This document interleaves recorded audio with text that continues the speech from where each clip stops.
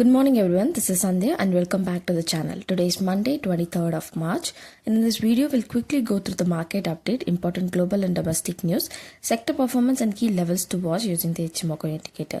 Let's start with the global news.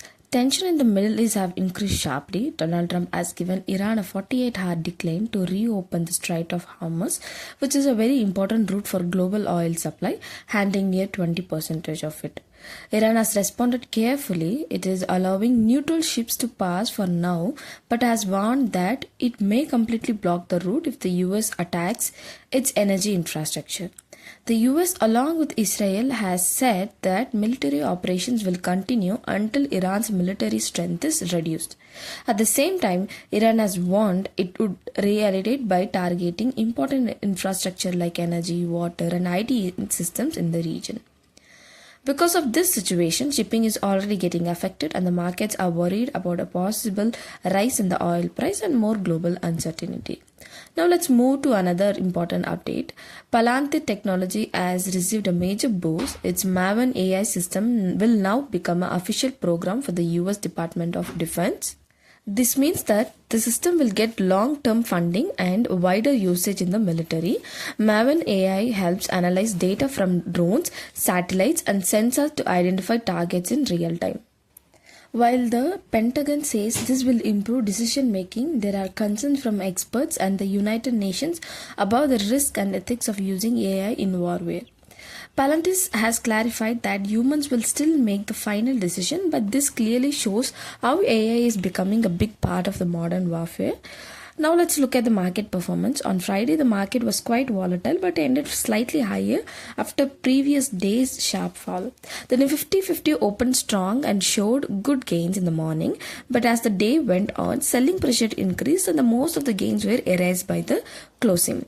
From the technical point of view, the 23,300 to 23,500 range will act as a strong resistance if the market tries to move up. On the downside, 23,000 and 22,800 are the important support levels. If the market breaks below these, we would see a further downside towards 22,500 even though the market is already in an oversold condition. Coming to the Bank Nifty, it also started positive but faced a strong selling at higher levels. The chart shows a small candle with a long upper shadow, which means every rise was sold into. This is similar to the previous session where sellers were active throughout the day. The key support is in the 53,000 under to 53,000 zone. If this breaks below, the index would fall towards 52,800 or even 52,500. On the upside, 53,800 to 54,000 is a strong resistance area.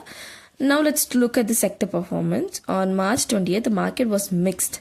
IT and pharma sector performed well due to a global support and defensive buying. Banking and financial stocks were under pressure because of the continuous FII selling. Auto and FMCG sectors were stable with some selective buying, while metal stocks remained volatile due to the global commodity movements. Overall, the market sentiment is still cautious with stock-specific movements. Now let's talk about the institutional activity. FII continued selling and sold shares worth of 5,518 crore. On the other hand, DII supported the market by buying 5,703 crore. If we look at the detailed numbers, FII bought 22,938 crore and sold 17,233 crore.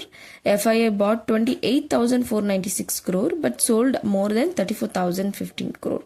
Since March, FII have sold huge 81,262 crore, while DII have invested 95,462 crore, helping to balance the market.